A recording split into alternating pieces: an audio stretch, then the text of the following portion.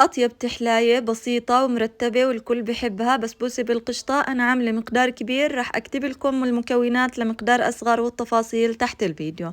أول شي خفقت البيض ما يكون بارد مع فانيلا، وبضيف السكر تدريجيا لحتى يبدأ السكر يذوب معانا شوي، وبعد هيك برضو بضيف الزيت تدريجيا لحتى يعني يتجانس الخليط كله، واللبن ما يكون كمان بارد.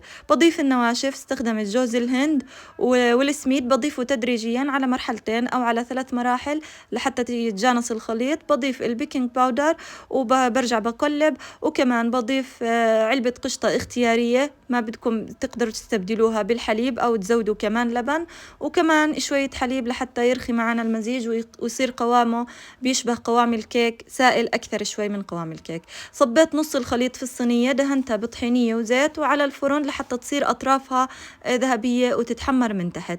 بجهز للقشطة عندي النشا، ضفته مع شوية كمان من الطحين، وبذوبه بحليب، يعني تقريبا كوب ونص من الحليب أنا للمقدار اللي عملته، بس رح أكتب لكم لمقدار أقل.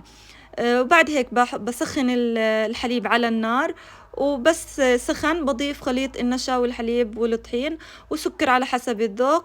بس غلي معانا غلية القشطة بضيف كمان علبة من القشطة اختيارية، وأي نكهة إذا أنتوا حابينها، ماء زهر، ماء ورد، مستكة، اللي بتحبوه.